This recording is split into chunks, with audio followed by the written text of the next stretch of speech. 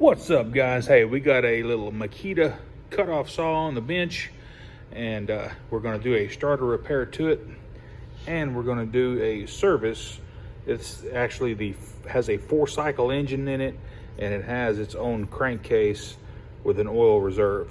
However, we're going to fix this starter. It needs a new spring, and let me show you what happened.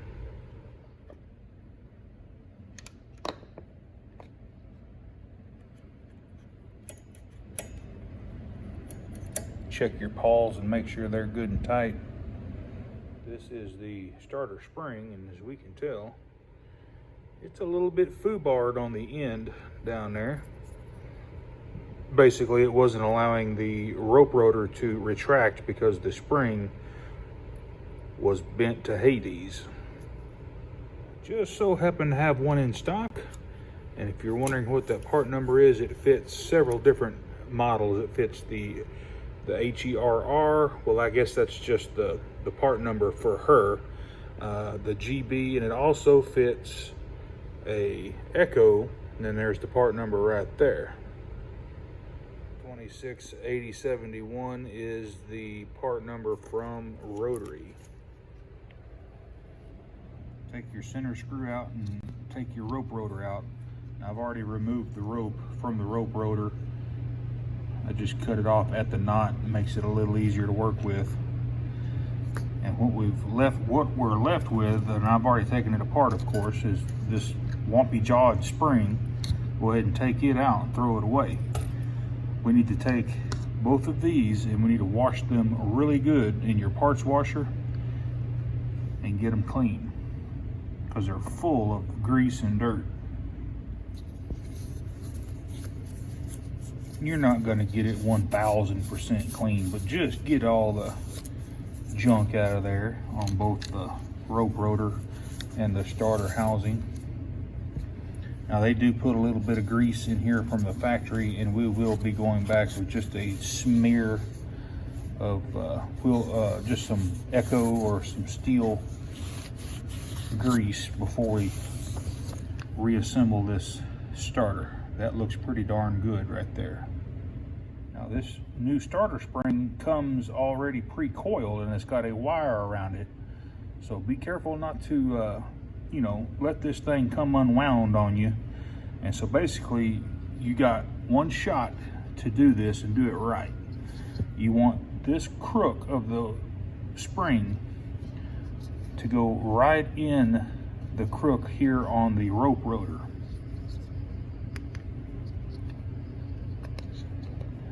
When you get everything pushed down in there, it's going to dislodge this outer piece of wire, and then you're going to have to let everything spin with your thumb.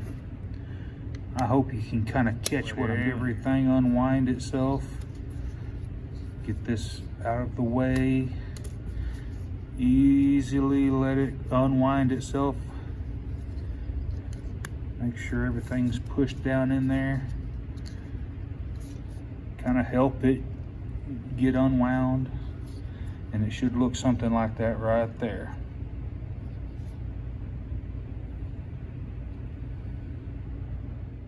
Get you just a little bit of steel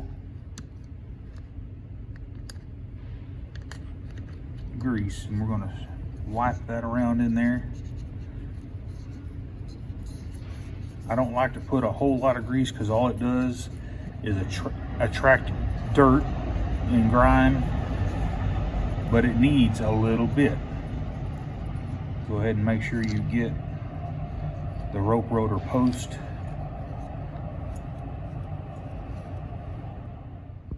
Now we see the little slit in the rope rotor post, and now we have the starter spring. We need to mate these together to where this crook will slide right down into the slit right here. Now, to get these two parts married up perfectly, it's easier just to kind of hand do it. You'll know when it's in there. I'll show you here in just a second. But you're just gonna have to wiggle it around to get it in there. Oops, I almost had it.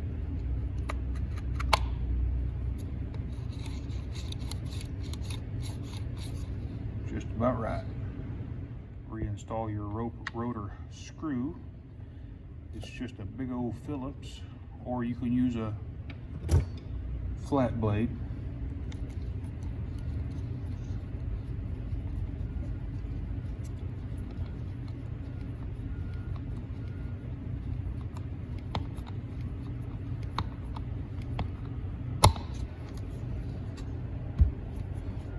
Get it snug. You don't have to strip it out because it goes into plastic, and just make sure everything's free.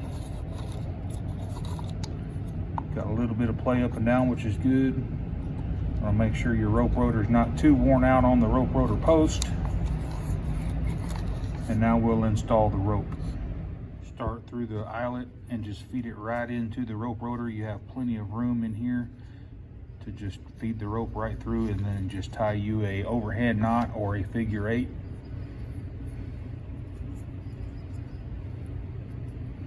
At this point would be a perfect time to just go ahead and replace the rope. I don't have this number 4.5 rope in stock at the moment, so we're just going to reinstall the old rope for this job. Just pull it tight. At this point, we would take the rope and we're going to pull it out just a little bit.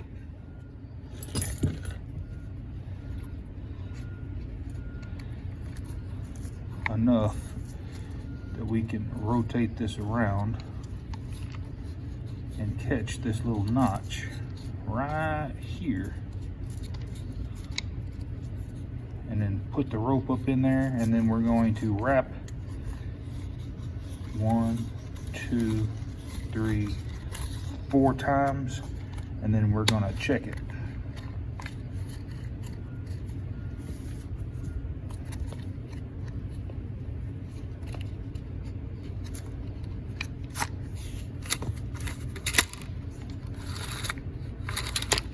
All right, we hit it on the money the first time.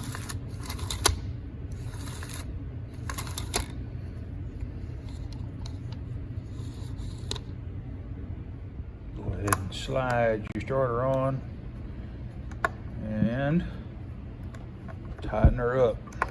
Remember, you're going into plastic, so you don't want to over tighten, just get it snug. And these screws are not T27s, I believe they're T25s. And the little screwdriver I have, I think is too small for this Torx, because it don't fit too well.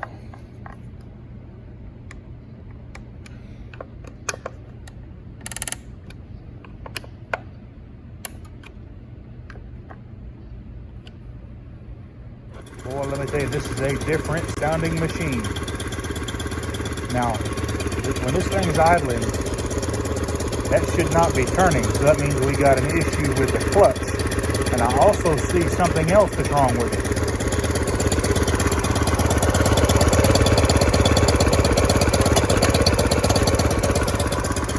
That support spring is broken.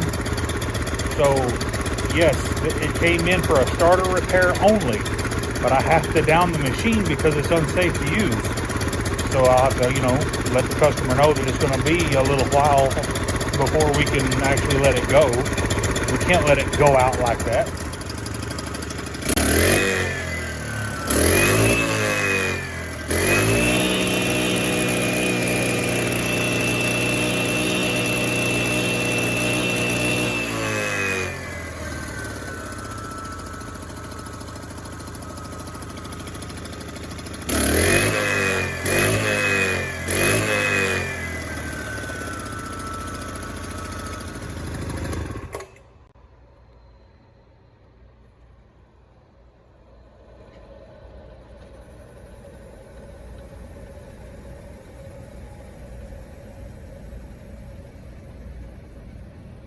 Nice and quiet. Bearings are good in the cutter head portion. guys, hey, we got that starter fixed on this big old behemoth right here, but this starter repair will work on just about any 2-stroke or 4-stroke engine. Any small little Echo weed eater, the smallest little steel chainsaw, it's all the same repair procedure. However, we got it going. So if this content helped you out, please give me a thumbs up and smash that subscribe button. And while you're there subscribing, go ahead and click the bell so you'll get all my new videos. Y'all have a good day. More Medic 1.